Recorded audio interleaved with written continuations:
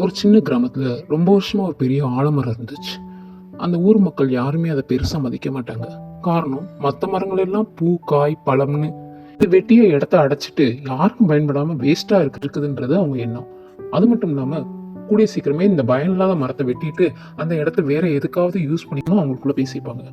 ஒரு நாள் சித்திரை மாசம் பயங்கரமா நெருப்பு போல சூரியன் சுட்டரிச்சிட்டு இருந்துச்சு.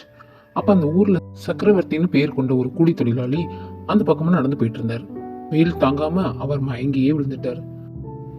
அதை பார்த்து பாலாஜின்ற சிறுவன் அவருக்கு ஹெல்ப் பண்ணி அவர் களைப்பு குறைய அந்த ஆலமர நிழல்லையே ஓய்வெடுக்க சொல்லி அவர் அங்க உட்கார வச்சான். பெரியவருக்கு அந்த ஆலமர நிழல் அப்ப ஏசி போல இருந்துச்சு. கொஞ்ச நேரத்திலேயே அவர் ஃப்ரெஷ்ஷானது போல ஃபீல் பண்ணாரு. அப்ப அவர் சொன்னாரு, பாலாஜி, இந்த மரத்தை நம்ம எதுக்கும் பயன்படாம இடத்த அடைச்சிட்டு இருக்குன்னு சொல்லுவோம்ல, ஆனா இதுதான் இன்னைக்கு என் உசிரையே காப்பாத்துச்சுப்பா.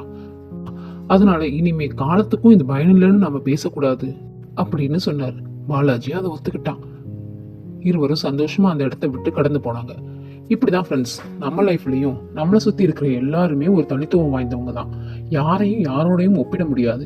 எல்லோருமே ஏதோ ஒரு வகையில சிறந்தவங்க தான். எல்லோரும் முக்கியமானவர்கள் என்ற சிந்தனை நம்ம வளர்த்து கொண்டாலே போதும். பைபிள்லையும் ஒவ்வொருவரும் தங்களிலும் மற்றவர்களை மேன்மையுள்ளவர்களாக எண்ணுங்கள்னு சொல்லியிருக்கு.